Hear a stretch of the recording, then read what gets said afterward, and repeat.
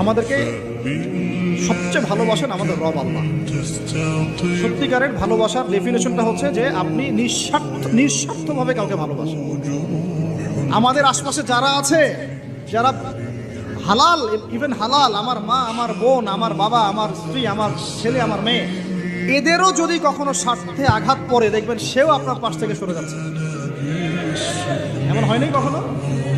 আপনার বন্ধু, আপনার ব্যবসার পার্টনার, আপনার বস, আপনার কলিগ, ওদের সাথে আঘাত হলে ওরাও সরে যাচ্ছে পাশ থেকে। জিগরি দোষ সরে গেল পাশ থেকে, হয় না এমন?